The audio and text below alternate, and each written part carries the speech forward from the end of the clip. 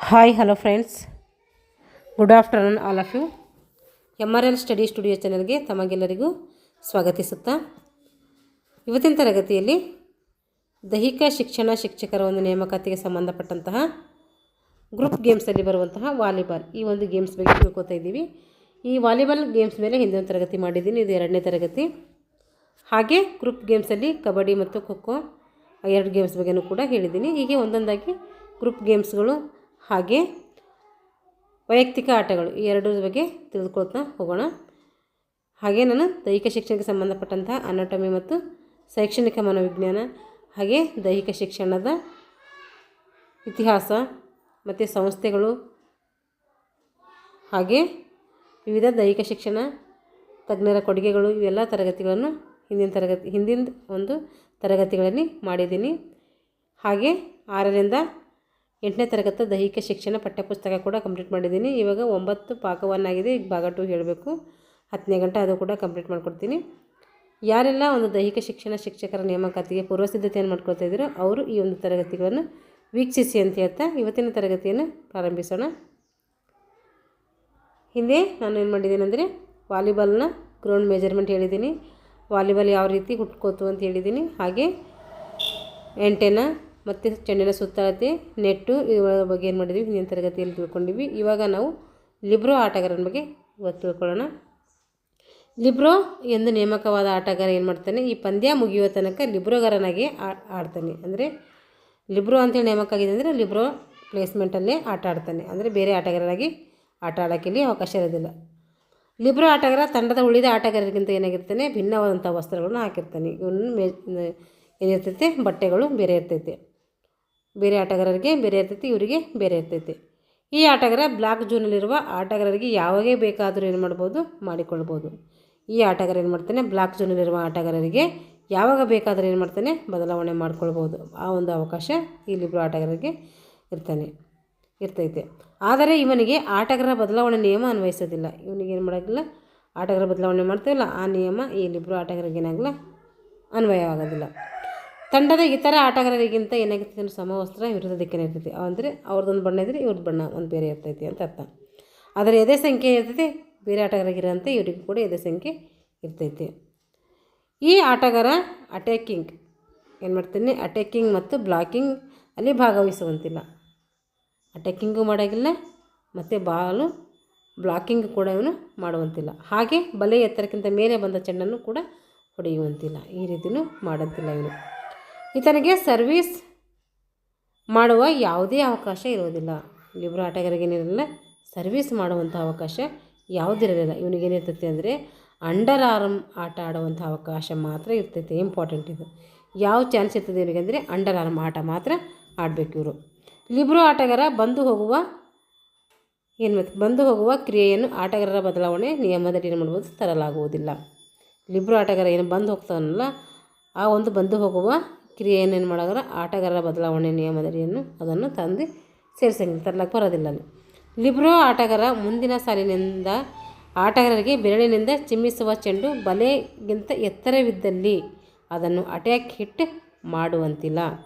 ನೋಡಿರಿ, ಏನು ಮಾಡೋಂಗಿಲ್ಲ ಅಂದರೆ ಮುಂದಿನ ಸಾಲಿನಿಂದ ಆಟಗಾರರಿಗೆ ಬೆರಳಿನಿಂದ ಚಿಮ್ಮಿಸಿದ ಚೆಂಡು ಬಲೆಗಿಂತ ಎತ್ತರ ಬಂತು ಅಂದರೆ ಅದನ್ನು ಅಟ್ಯಾಕ್ ಹಿಟ್ ಮಾಡೋಂತಿಲ್ಲ. ಯಾಕೆಂದರೆ ಹಿಂದಿನ ಸಾಲಿಗೆ ಬಂದರೆ ಮಾತ್ರ ಮಾಡಬೇಕು. ಇವನು ಹಿಂದಿನ ಸಾಲಿನ ಇರ್ತಲ್ಲ ಆ ಸಾಲಲ್ಲಿ ಮಾತ್ರ ಬಂದರೆ ಮಾಡಬೇಕು. ಆದರೆ ಫ್ರಂಟ್ ಝೋನಲ್ಲಿ ಬಂದರೆ ಅವರಿಗೆ ಮಾಡುವಂಥ ಅವಕಾಶ ಇಲ್ಲಿ ಇರೋದಿಲ್ಲ. ಬ್ಲಾಕ್ ಝೋನಲ್ಲಿ ಬಂದಂತಹ ಆಟಗಳನ್ನು ಮಾತ್ರ ಬಲೆ ಮೇಲಿಂದ ಬಂದರೆ ಅವಾಗೇನು ಮಾಡ್ಬೋದು, ಅಂಡರ್ ಆರ್ಮ್ ಪಾಸ್ ಆಟ ಆಡ್ಬೋದು. ಆದರೆ ಫ್ರಂಟ್ ಝೋನಲ್ಲಿ ಬಂದರೆ ಆಡುವಂಥ ಅವಕಾಶ ಅವರಿಗೆ ಇರೋದಿಲ್ಲ. ಇವಾಗ ಸ್ಕೋರಿಂಗ್ ಹೆಂಗಂತಾರೆ, ರಾಜ್ಯ ಮತ್ತು ಅಂತಾರಾಷ್ಟ್ರೀಯ ಪಂದ್ಯಾವಳಿಯಲ್ಲಿ 5 ಸೆಟ್ಗಳಿರ್ತವೆ. ರಾಜ್ಯ ಮತ್ತು ಅಂತಾರಾಷ್ಟ್ರೀಯ ಪಂದ್ಯಾವಳಿಯಲ್ಲಿ ಇರ್ತವಂತೆ ಸೆಟ್ಗಳು 5 ಇರ್ತವೆ. 5 ಸೆಟ್ಗಳಲ್ಲಿ 3 ಸೆಟ್ ಗೆದ್ದಂಥ ತಂಡ ಏನಾಗ್ತದೆ, ಇಲ್ಲಿ ಜಯಶಾಲಿ ಆಗ್ತೈತೆ. 5 ಸೆಟ್ಟಲ್ಲಿ 3 ಸೆಟ್ ಯಾರು ಗೆದ್ದಿರ್ತಾರೋ ಅವರು ವಿನ್ ಆದಂಗೆ. ಪಂದ್ಯದ ಪ್ರತಿ ಸೆಟ್ನಲ್ಲಿ ಎಷ್ಟಿರ್ತೈತೆ, 25 ಅಂಕಗಳು ಇರ್ತವೆ. ನಿರ್ಣಯದ ಸೆಟ್ಟೊಂದನ್ನು ಬಿಟ್ಟು, ನಿರ್ಣಾಯಕ ಸೆಟ್ ಬಿಟ್ಟು ಪ್ರತಿ ಒಂದು ಸೆಟ್ನಲ್ಲಿ ಏನಿರ್ತದೆ 25 ಅಂಕಗಳು ಇರ್ತವೆ.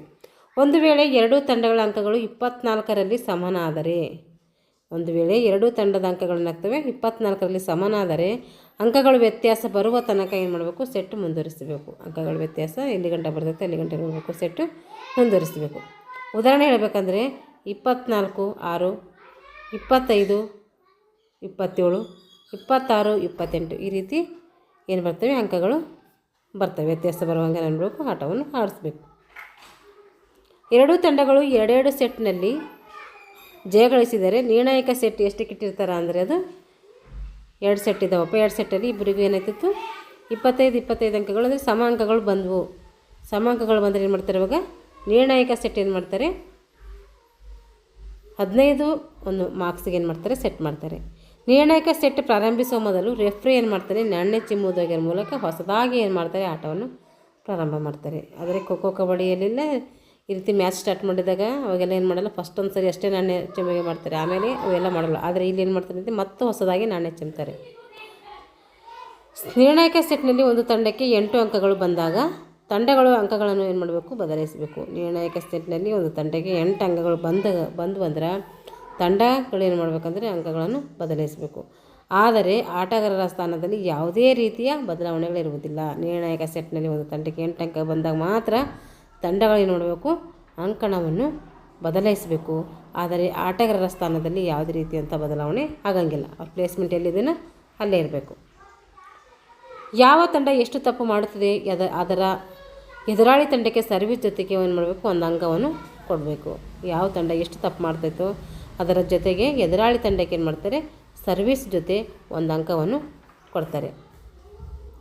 ಇತ್ತೀಚೆಗೆ ಕೆಲವು ಬದಲಾವಣೆಗಳಾಗಿದ್ದಾವೆ ಇದರಲ್ಲಿ. ವಾಲಿಬಾಲಲ್ಲಿ ಅವು ಏನೇನು ಬದಲಾವಣೆಗಳಾಗಿದ್ದಾವೆ ಅಂತ ಹೇಳಿ ನೋಡಿರಿ. ಪಂದ್ಯ ಪ್ರಾರಂಭವಾದಾಗ ಅದೇ ತಂಡದ ಆಟಗಾರ ಏನು ಮಾಡಬೇಕಂದ್ರೆ ಚೆಂಡನ್ನು ಪಾಸ್ ಹಾಕುವ ಸಂದರ್ಭದಲ್ಲಿ ಬಲೆಯ ಸ್ಪರ್ಶವಾದಾಗ ಅದನ್ನು ತಪ್ಪು ಎಂದು ಪರಿಗಣಿಸಬಾರದು. ಏನು ಮಾಡಬೇಕು, ಪಂದ್ಯ ಪ್ರಾರಂಭವಾಗಿದೆ, ಇವಾಗ ಅದೇ ತಂಡದ ಆಟಗಾರ ಏನು ಮಾಡ್ತಾನೆ, ಚೆಂಡನ್ನು ಪಾಸ್ ಹಾಕುವ ಸಂದರ್ಭದಲ್ಲಿ ಏನು ಮಾಡ್ತದೆ, ಬಲೆಯ ಸ್ಪರ್ಶವಾದಾಗ ಅದನ್ನು ತಪ್ಪು ಎಂದು ಪರಿಗಣಿಸಬಾರದು. ಆದರೆ ಅವನು ಉದ್ದೇಶಪೂರ್ವಕವಾಗಿ ಮಾಡಿದರೆ ಅದು ತಪ್ಪು. ಉದ್ದೇಶಪೂರ್ವಕವಿಲ್ಲದೆ ಆದರೆ ಅದು ತಪ್ಪಲ್ಲ. ಉದ್ದೇಶಪೂರ್ವಕವಾಗಿ ಮಾಡಿದ್ದೀನಿ ಅಂದರೆ ಅದು ತಪ್ಪು ಅಂತ ಅರ್ಥ. ಪಾಸ್ ಹಾಕಿದಾಗ ಅಟ್ಯಾಕರ್ ಚೆಂಡನ್ನು ಹೊಡೆದು ನೆಟ್ಟಿನ ಮೇಲ್ತುದಿಯಿಂದ ತಾಗಿದರೆ ಮಾತ್ರ ಅದು ತಪ್ಪು. ಪಾಸ್ ಹಾಕಿದಾಗ ಅಟ್ಯಾಕರ್ ಏನು ಮಾಡ್ತಾನೆ, ಚೆಂಡನ್ನು ಹೊಡೆದು ನೆಟ್ಟಿನ ಮೇಲ್ತುದಿಯಲ್ಲಿ ತಾಕಿದರೆ ಮಾತ್ರ ಅದೇನಾಗ್ತೈತೆ, ತಪ್ಪಾಯ್ತೈತೆ. ಆದರೆ ಇಳಿಯುವಂಥ ಸಂದರ್ಭದಲ್ಲಿ ನೆಟ್ಟಿನ ಮಧ್ಯಭಾಗ ಅಥವಾ ಕೆಳಭಾಗ ತಾಗಿದರೆ ಅದು ತಪ್ಪು ಎಂದು ಪರಿಗಣಿಸಬಾರದು. ಏನು ಮಾಡಬಾರ್ದು, ಇಳಿಯುವ ಸಂದರ್ಭದಲ್ಲಿ ಚೆಂಡು ಇಳಿಯುವಂಥ ಸಂದರ್ಭದಲ್ಲಿ ನೆಟ್ಟಿನ ಮಧ್ಯಭಾಗ ಅಥವಾ ಕೆಳಭಾಗ ತಾಕಿದರೆ ಅದನ್ನು ತಪ್ಪೆಂದು ಪರಿಗಣಿಸಬಾರದು. ಅಟ್ಯಾಕರ್ ಚೆಂಡನ್ನು ಹೊಡೆದು ಅದು ಭೂಮಿಗೆ ಸ್ಪರ್ಶಿಸಿದಾಗ ಅವನು ಮಧ್ಯದ ಗೆರೆ ಕ್ರಾಸ್ ಮಾಡಿದರೆ ಅದನ್ನು ತಪ್ಪು ಎಂದು ಪರಿಗಣಿಸಬಾರದು. ಅಟ್ಯಾಕರ್ ಏನು ಮಾಡ್ತಾನೆ, ಚೆಂಡನ್ನು ಹೊಡೆದು ಅದು ಭೂಮಿಗೆ ಸ್ಪರ್ಶ ಆಗ್ತೈತೆ, ಆ ಸಮಯದಲ್ಲಿ ಮಧ್ಯದ ಗೆರೆ ಅವನು ಏನು ಮಾಡ್ತಾನೆ, ಕ್ರಾಸ್ ಮಾಡ್ತಾನೆ. ಆ ರೀತಿ ಕ್ರಾಸ್ ಮಾಡಿದ್ದಾನೆ ಅಂತೇಳಿ ಅದನ್ನು ತಪ್ಪಂತೇಳಿ ಪರಿಗಣಿಸಬಾರದು ಅಂತ ಹೇಳ್ತಾರೆ ಇಲ್ಲಿ. 14 ವರ್ಷದ ಒಳಗಿನ ಬಾಲಕ ಅಥವಾ ಬಾಲಕಿಯರಿಗೆ ಮಿನಿ ವಾಲಿಬಾಲ್ ಅಂಕಣದ ಇರ್ತೈತಿ. ಅವರಿಗೆ ಮಿನಿ ವಾಲಿಬಾಲ್ ಅಂಕಣ ಇರ್ತೈತಿ. ಅವರ ಉದ್ದ ಎಷ್ಟಿರ್ತೈತೆ ಅಂದರೆ 16 ಮೀಟರ್ ಉದ್ದ ಇರ್ತೈತಿ. ಅದು ಎಷ್ಟಿತ್ತು, ಮಹಿಳೆ ಮತ್ತು ಪುರುಷರಿಗೆ ಅಲ್ಲಿ 18 ಮೀಟರ್ ಉದ್ದ ಇತ್ತು. ಇವರಿಗೆ ಎಷ್ಟಿದೆ, 16 ಮೀಟರ್ ಉದ್ದ ಇದೆ. 8 ಮೀಟರ್ ಅಗಲ ಇರ್ತೈತಿ ಇವರಿಗೆ, ಆದರೆ ಅಲ್ಲಿ 9 ಮೀಟರ್ ಅಗಲ ಇತ್ತು. ಮಧ್ಯಗೆರೆಯಿಂದ ಫ್ರಂಟ್ ಜೋನ್ಗೆ ಎಷ್ಟಿರ್ತೈತಿ, ಇಲ್ಲಿ 3 ಮೀಟರ್. ಇದು ಸೇಮ್, ಇದು 3 ಮೀಟರ್ ಎಲ್ಲರಿಗೆ ಸೇಮ್. ಹಾಗೆ ಬ್ಯಾಕ್ ಜೋನಿಂದ 5 ಮೀಟರ್ ಇರ್ತೈತೆ. ಬ್ಯಾಕ್ ಜೋನ್ ಎಷ್ಟಿರ್ತೈತೆ ಅಂತ 5 ಮೀಟರ್, ಆದರೆ ಅಲ್ಲಿ ಬ್ಯಾಕ್ ಜೋನ್ ಎಷ್ಟಿತ್ತು, 6 ಮೀಟರ್ ಇತ್ತು. ನೆಟ್ಟಿನ ಎತ್ತರ ಬಾಲಕಿಯರಿಗೆ ಎಷ್ಟಿತ್ತು, 2.10 ಮೀಟರ್ ಇತ್ತು. ಬಾಲಕರಿಗೆ 2.24 ಮೀಟರ್ ಇತ್ತು. ಇದು ಮಹಿಳೆಯರಿಗೂ ಕೂಡ ಸೇಮ್ ಇದೆ. ಆದರೆ ಪುರುಷರಿಗೆ ಎಷ್ಟಿತ್ತು, 2.43 ಇತ್ತು ನೆಟ್ಟಿನ ಎತ್ತರ. ಸರ್ವಿಸ್ ಮಾಡಿದ ಚೆಂಡು ಅಥವಾ ರ್ಯಾಲಿಯಲ್ಲಿರುವ ಚೆಂಡು ಯಾವುದೇ ತರಹವಾಗಿ ಆಂಟೆನಾಗೆ ತಾಕಿದರೆ ಹಾಗೂ ಚೆಂಡು ಆಂಟೆನಾದ ಹೊರಗಡೆಯಿಂದ ಅಂಕಣಕ್ಕೆ ಬಂದರೆ ಅದನ್ನು ತಪ್ಪು ಎಂದು ಏನು ಮಾಡಬೇಕು, ನಾವು ಪರಿಗಣಿಸಬೇಕು. ಏನು ಮಾಡಬೇಕು, ಸರ್ವಿಸ್ ಮಾಡಿದ ಚೆಂಡು ಅಥವಾ ರ್ಯಾಲಿಯಲ್ಲಿರುವ ಚೆಂಡು ಯಾವುದೇ ರೀತಿಯಾಗಿ ಆಂಟೆನಾಗೆ ತಾಕಿದರೆ, ಯಾವ ರೀತಿಯಲ್ಲ ತಾಗಿರ್ಬೋದು, ಆಂಟೆನ ತಾಗಿದರೆ ಹಾಗೂ ಚೆಂಡು ಆಂಟೆನಾದ ಹೊರಗಡೆಯಿಂದ ಅಂಕಣಕ್ಕೆ ಬಂದರೆ ಅದನ್ನೇನಂತೀವಿ, ತಪ್ಪು ಅಂತೇಳಿ ಪರಿಗಣಿಸ್ತೀವಿ. ಕಂಬಗಳು ಅಂಕಣದಿಂದ ಹಾಗೂ ಆಂಟೆನಾದಿಂದ ಹೊರಗಡೆ ಇರುವುದರಿಂದ ರ್ಯಾಲಿಯಲ್ಲಿರುವ ಚೆಂಡನ್ನು ಅಡಿ ಕಂಬವನ್ನು ಮುಟ್ಟಬಹುದು.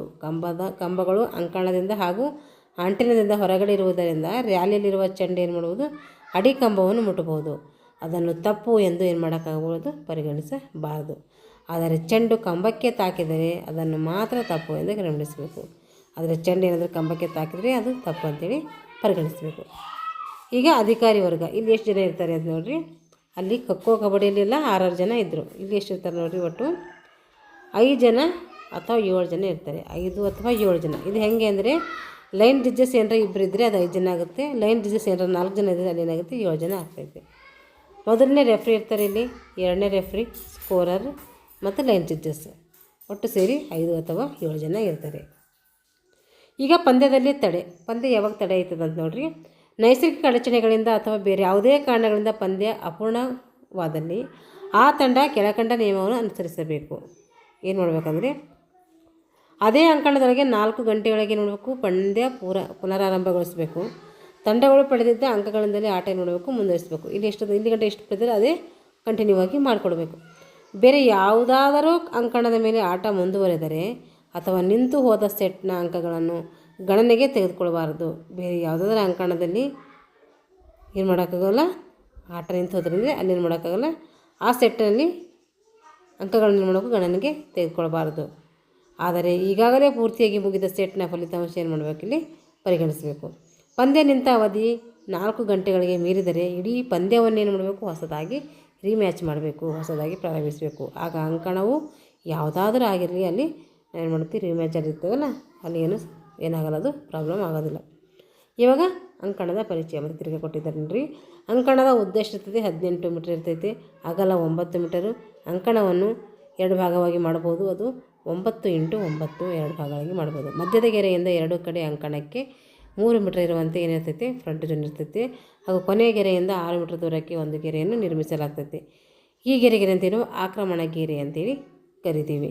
ಈ ಗೆರೆಗಳ ಅಂಕಣವನ್ನು ಮುಂಭಾಗ ಮತ್ತು ಹಿಂಭಾಗ ಕ್ಷೇತ್ರಗಳೆಂದು ಪರಿಗಣಿಸ್ತೀವಿ. ಅಂಕಣ ಏನು ಮಾಡ್ತೀವಿ, ಹಿಂಭಾಗ ಮತ್ತು ಮುಂಭಾಗ ಅಂಥೇಳಿ ಮಾಡ್ತೀವಿ. ಈ ಆಕ್ರಮಣ ಗೆರೆಗಳ ಎರಡೂ ಬದಿಯಲ್ಲಿ ಏನು ಮಾಡ್ತಾರೆ, 1.75 ಮೀಟರ್ ಉದ್ದ ವಿಸ್ತರಿಸಿದ ಗೆರೆ ಇರ್ತೈತೆ.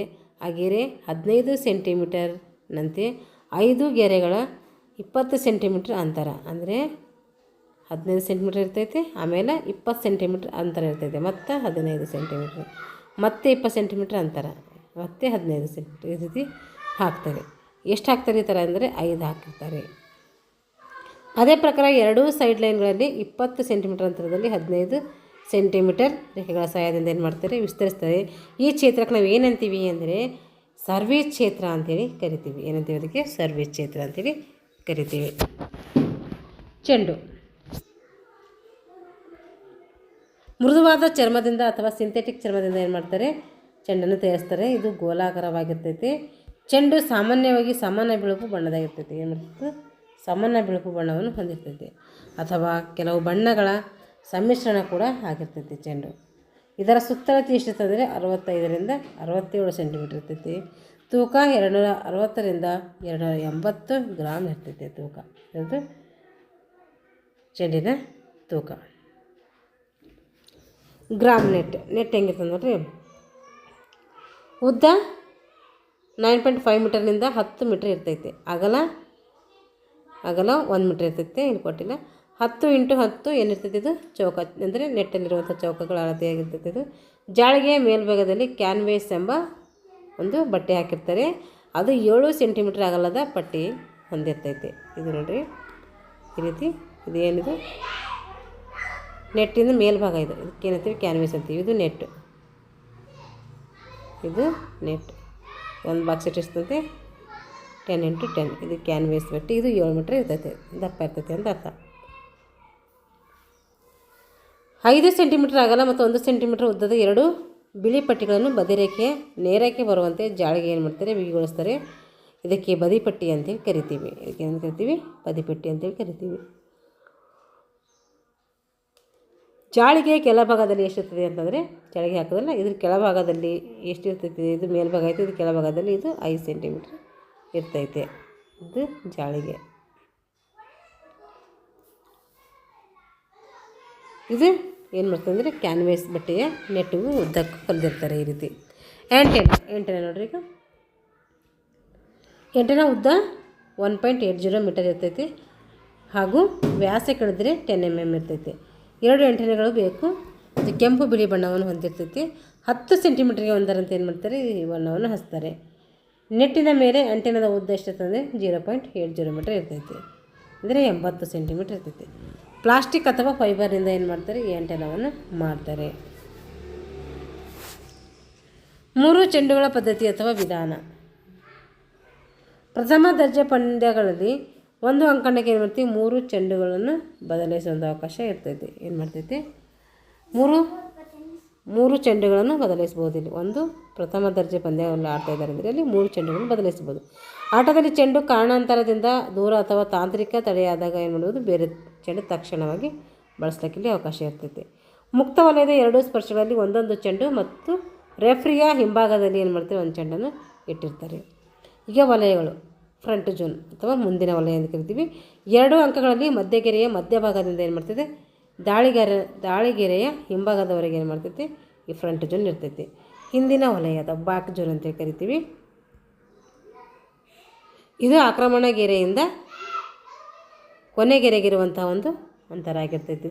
ಇದು 6 ಮೀಟ್ರ್ ಇರ್ತೈತಿ. ಸರ್ವಿಸ್ ಜೋನ್ ಇದು ಕೊನೆಯ ಗೆರೆಯಿಂದ ಹಿಂದಕ್ಕೆ ಅಂದರೆ 15 ಸೆಂಟಿಮೀಟ್ರ್ ಬಿಟ್ಟು 20 ಸೆಂಟಿಮೀಟ್ರ್ ಉದ್ದ ಗೆರೆ 2 ಬದಿಗೆರೆ ನಡುವಿನ ಒಂದು ಭಾಗಕ್ಕೆ ನಾವು ಸರ್ವಿಸ್ ಕ್ಷೇತ್ರ ಅಂತೇಳಿ ಕರಿತೀವಿ. ಹಾಗೆ ಬದಲಾವಣೆಯ ವಲಯ 2 ಅಂಕಗಳ ದಾಳಿಗೆರೆಯಿಂದ ಸ್ಕೋರರ್ ಮೇಜಿನವರೆಗೆ ಇರುವಂಥ ಸ್ಥಳಕ್ಕೆ ಏನಂತೀವಿ ನಾವು ಬದಲಾವಣೆ ವಲಯ ಅಂತೇಳಿ ಕರಿತೀವಿ. ಮೈ ಕಾವೇರಿಸಿ ವಲಯ, ಇದೆಲ್ಲ ಎಕ್ಸಾಮ್ಗೆ ಆಗಿದೆ. ಮೈ ಕಾವೇರಿಸಿ ವಲಯ ಇದು ವಿಶ್ವ ಚಾಂಪಿಯನ್ಶಿಪ್ಗಳಲ್ಲಿ ಈ ವಲಯ ಅಂದರೆ ಮೈ ಕಾವೇರಿಸುವಂಥ ವಲಯ ಎಷ್ಟಿರ್ತದೆ ಅಂದರೆ 3 ಮೀಟರ್ ಉದ್ದ ಇರ್ತೈತಿ, 3 ಮೀಟರ್ ಅಗಲ ಇರ್ತೈತಿ. ಈ ಆಕಾರದಲ್ಲಿ ಬೆಂಚ್ಗಳ ಮೂಲೆ ದಿಕ್ಕಿನಲ್ಲಿ ಏನು ಮಾಡಿದ್ರೆ ಫ್ರೀ ಜೋನ್ ಭಾಗದಲ್ಲಿ ಇದನ್ನು ಹಾಕಿರ್ತಾರೆ. ಹಾಗೆ ದಂಡಾವಲಯ, ಈ ವಲಯ 1 ಮೀಟರ್ ಉದ್ದ 1 ಮೀಟರ್ ಅಗಲ ಇರ್ತೈತೆ. ಎಷ್ಟು 1 ಮೀಟ್ರ್ ಉದ್ದ 1 ಮೀಟರ್ ಅಗಲದ ಪಟ್ಟಿ ಇರ್ತೈತೆ. ಇದು 2 ಚೇರ್ಗಳನ್ನು ಇಡಬೇಕಾಗ್ತೈತಿ. ಇಲ್ಲಿ ಇದನ್ನು ಕೆಂಪು ಬಣ್ಣದಲ್ಲಿ ಗುರುತಿಸಬೇಕು. ಇದನ್ನು ಬದಲಾವಣೆ ಆಟಗಾರರ ಬೆಂಚಿನ ಹಿಂಭಾಗದಲ್ಲಿ ಏನು ಮಾಡ್ತಾರೆ, ಈ ದಂಡಾವಲಯವನ್ನು ಹಾಕಿರ್ತಾರೆ.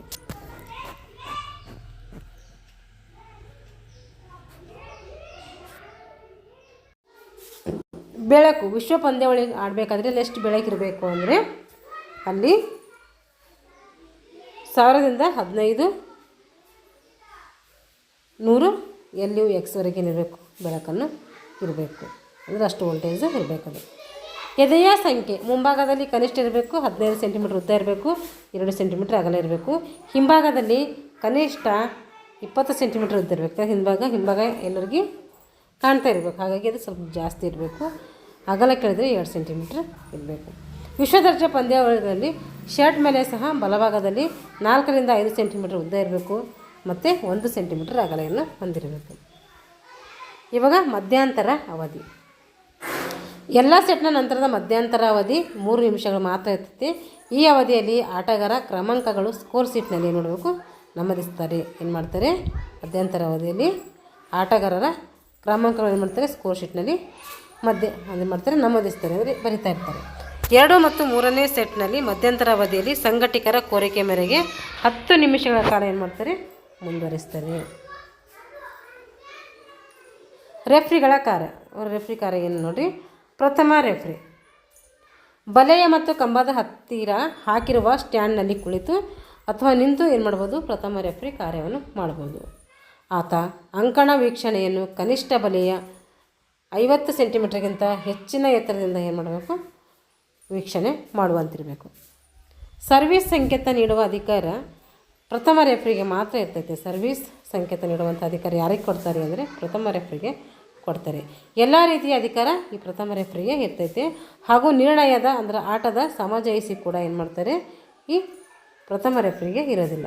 ಆಟ ಸಮಜಾಯಿಸುವಂಥ ಅಧಿಕಾರ ಏನಿರಲ್ಲ, ಇವರಿಗಿರೋದಿಲ್ಲ. ಆದರೆ ತಂಡದ ನಾಯಕನ ಕೋರಿಕೆ ಮೇರೆಗೆ ಪಂದ್ಯದ ನಂತರ ಏನು ಮಾಡಬೇಕು, ಅದನ್ನು ವಿವರಿಸುವಂಥ ಕಾರ್ಯವನ್ನು ಮಾಡ್ಬೋದು ಅವರು. ನಿಯಮಾವಳಿ ಪುಸ್ತಕದಲ್ಲಿ ಇಲ್ಲದೇ ಇರುವಂತಹ ಯಾವುದೇ ಸನ್ನಿವೇಶ ಪಂದ್ಯದಲ್ಲಿ ಎದುರಾದರೆ ಅದನ್ನು ಸಮರ್ಥಕವಾಗಿ ನಿಭಾಯಿಸಿ ನಿರ್ಣಯ ನೀಡುವಂಥ ಅಧಿಕಾರ ಇರುತ್ತೆ ಅಂದರೆ ಪ್ರಥಮ ರೆಫ್ರಿಗೆ ಇರ್ತೈತೆ. ರೆಫ್ರಿಗಳು ಸರಿಯಾಗಿ ಕೆಲಸ ನಿರ್ವಹಿಸದಿದ್ದರೆ ಅವರನ್ನು ಬದಲಾಯಿಸುವಂಥ ಅಧಿಕಾರ ಏನು ಮಾಡ್ತಾರೆ, ಈ ಪ್ರಥಮ ರೆಫ್ರಿ ಹೊಂದಿರ್ತಾನೆ. ಈಗ ದ್ವಿತೀಯ ರೆಫ್ರಿ, 2ನೇ ರೆಫ್ರಿ ಏನು ಮಾಡ್ತಾನೆ ನೋಡಿರಿ. ಅಂಕಣದ ಹೊರಗೆ ಅಂದರೆ ಕಂಬದ ಹತ್ತಿರ ಅಥವಾ ಪ್ರಥಮ ರೆಫ್ರಿಗೆ ಮುಖ ಮಾಡಿ ಏನು ಮಾಡ್ತಾರೆ, ಕಾರ್ಯವನ್ನು ಮಾಡ್ತಾ ಇರ್ತಾರೆ. ಸ್ಕೋರರ್ ಕರ್ತವ್ಯವನ್ನು ನಿರ್ವಹಿಸುವುದು, ಬದಲಿ ಆಟಗಾರರನ್ನು ಗಮನಿಸುತ್ತಿದ್ದು ಅವರ ದುರ್ವರ್ತನೆಗಳು ಇದ್ದರೆ ಏನು ಮಾಡ್ತಾರೆ, ಪ್ರಥಮ ರೆಫ್ರಿ ಗಮನಕ್ಕೆ ತರ್ತಾರೆ. ಅವ್ರು ಏನಾದರೂ ದುರ್ವರ್ತನೆ ಮಾಡ್ತಿದ್ರು ಅಂದರೆ ಫಸ್ಟ್ ರೆಫ್ರಿಗೆ ತಿಳಿಸ್ತಾ ಇರ್ತಾರೆ. ಅಂಗ ಊನತೆಯಾದಂಥ ಸಂದರ್ಭದಲ್ಲಿ ಏನಾದರೂ ಗಾಯಗಳಾದರೆ ಅಂಥ ವಿಶೇಷ ಬದಲಾವಣೆ ನೀಡುವಂತಹ ಅಥವಾ 3 ನಿಮಿಷಗಳ ಚೇತರಿಕೆ ಅವಧಿಯನ್ನು 2ನೇ ರೆಫ್ರಿ ನೀಡ್ತಾರೆ. 2ನೇ ಚೇತರಿಕೆ ಅವಧಿ ಯಾರು ನೀಡ್ತಾರೆ ಅಂತ ಕೇಳ್ತಾರೆ, ಅದು 2ನೇ ರೆಫ್ರಿ ನೀಡ್ತಾರೆ. ಸಮಯ ಕೋರಿಕೆ ಸಂಖ್ಯೆಗಳು ಬದಲಾವಣೆ ಮಿತಿಗಳನ್ನು ತರಬೇತಿದಾರರು ಮತ್ತು ಪ್ರಥಮ ರೆಫ್ರಿಯ ಗಮನಕ್ಕೆ ತರುವುದು. ಅಂದರೆ ಸಮಯ ಕೋರಿಕೆ ಸಂಖ್ಯೆಗಳು ಬದಲಾವಣೆ ಮಿತಿ ಇವುಗಳು ಮತ್ತು ತರಬೇತಿದಾರರು ಮತ್ತು ಪ್ರಥಮ ರೆಫ್ರಿಯ ಗಮನಕ್ಕೆ ಏನು ಮಾಡ್ತಾರೆ, ಇವೆಲ್ಲ ಅವರು ಗಮನಕ್ಕೆ ಅವ್ರು ತಂದು ಕೊಡ್ತಾರೆ. ಏನೇನು ಸಮಯ ಕೋರಿಕೆ ಸಂಖ್ಯೆಗಳು ಬದಲಾವಣೆ ಮಿತಿ ಇವೆಲ್ಲ ಏನು ಮಾಡ್ತಾರೆ, ಪ್ರಥಮ ರೆಫ್ರಿ ಗಮನಕ್ಕೆ ತರ್ತಾರೆ. ಮೈ ಕಾವಿರಿಸುವಂಥ ವಲಯದಲ್ಲಿ ಆಟಗಾರರು ನಿಯಂತ್ರಿಸುವುದು ಕೂಡ 2ನೇ ರೆಫ್ರಿದಾಗಿರ್ತೈತಿ. ಲಿಬ್ರೋ ಆಟಗಾರನಿಂದ ತಡೆ ಪ್ರಯತ್ನ ಅಥವಾ ಹಿಂದಿನ ಸಾಲಿನ ಆಟಗಾರರು ಬ್ಲಾಕ್ಗೆ ಪ್ರಯತ್ನಿಸುವುದನ್ನು ತಡೆಯುವಂಥ ಅಧಿಕಾರ ಕೂಡ ಈ 2ನೇ ರೆಫ್ರಿಗೆ ಇರ್ತೈತೆ. ಈಗ ರೊಟೇಷನ್ ಹೆಂಗೆ ರೊಟೇಷನ್ ಆಗಬೇಕು ಅಂದರೆ ನೋಡಿರಿ, ಇಲ್ಲಿ 1ನೇ ನಂಬರ್ ಸರ್ವಿಸ್ ಮಾಡಿದ್ರೆ ಅವ್ರು ಏನು ಮಾಡಬೇಕು, 6ನೇ ನಂಬರ್ಗೆ ಹೋಗ್ಬೇಕು, 6ನೇ ನಂಬರ್ 5ನೇ ನಂಬರ್ 5ನೇ ನಂಬರ್ 4ನೇ ನಂಬರ್ 4ನೇ ನಂಬರ್ಗೆ 3ನೇ ನಂಬರ್ ಹೋಗಬೇಕು, 3ನೇ ನಂಬರ್ 2ನೇ ನಂಬರ್ ಮತ್ತು 2ನೇ. ಈ ರೀತಿ ಸರ್ವಿಸ್ ಮಾಡುವಂಥ ಕ್ಷೇತ್ರಕ್ಕೆ ಏನಾಗ್ತೈತೆ, ರೊಟೇಷನ್ ಆಗ್ತಾ ಇರ್ತೈತೆ. ಸರ್ವಿಸ್ ಮಾಡುವ ಆಟಗಾರನ ಕ್ಷೇತ್ರಕ್ಕೆ 1 ಅಂತೇಳಿ ನಾವು ಪರಿಗಣಿಸ್ತೀವಿ.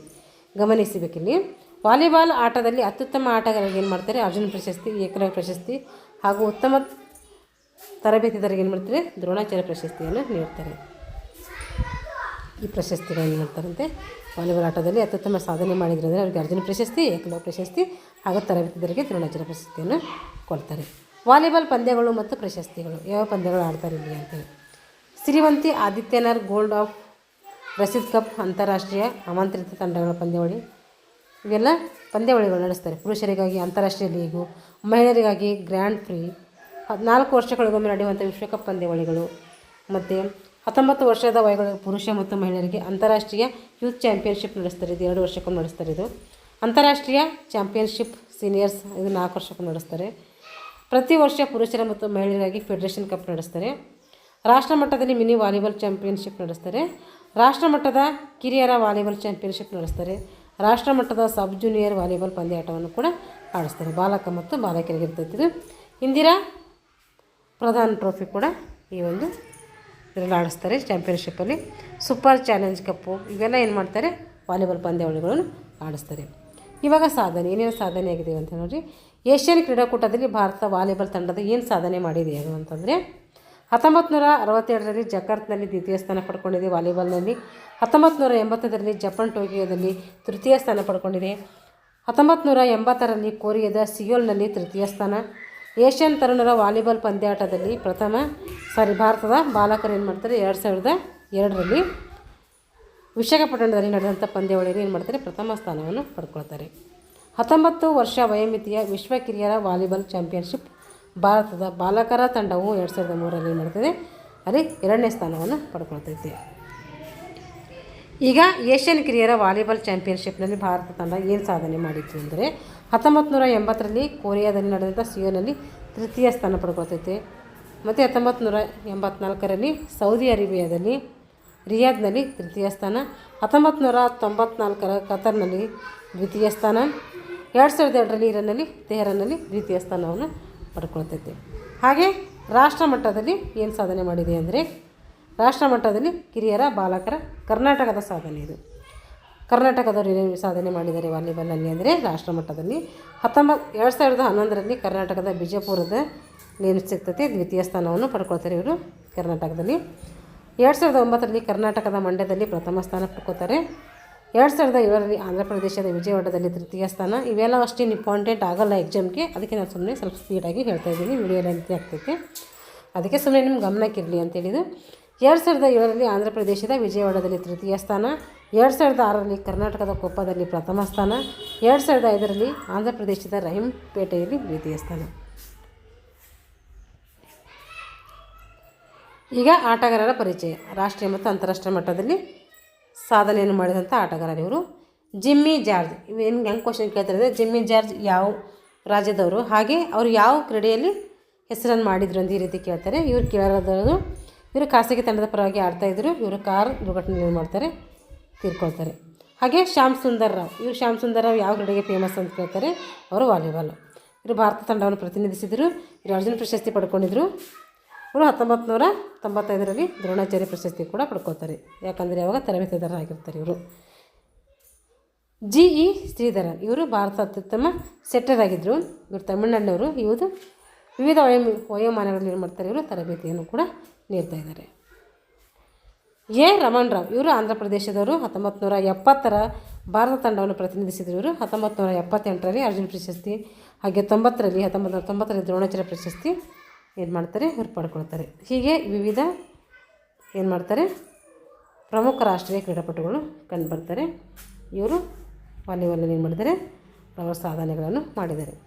ಇಷ್ಟು ವಾಲಿಬಾಲು ಪಾರ್ಟ್ 1 ಪಾರ್ಟ್ 2 ನಾನು ಕಂಪ್ಲೀಟಾಗಿ ಥಿಯರಿ ಹೇಳಿದ್ದೀನಿ. ಈ ಒಂದು ಮುಂದಿನ ತರಗತಿಯಲ್ಲಿ ಏನು ಮಾಡೋಣ, ಈ ಒಂದು ವಾಲಿಬಾಲ್ ಮೇಲೆ ಪ್ರಶ್ನೋತ್ತರವನ್ನು ಬಿಡಿಸ್ತಾ ಹೋಗೋಣ. ಯಾರೆಲ್ಲ ನಮ್ಮ ಚಾನಲ್ ಸಬ್ಸ್ಕ್ರೈಬ್ ಮಾಡ್ಕೊಂಡಿಲ್ವೋ ಚಾನಲ್ನ ಸಬ್ಸ್ಕ್ರೈಬ್ ಮಾಡಿಕೊಂಡು ವಿಡಿಯೋನ ವಾಚ್ ಮಾಡಿ ಅಂತ ಹೇಳ್ತಾ ಥ್ಯಾಂಕ್ಸ್ ಫಾರ್ ವಾಚಿಂಗ್ ಆಲ್.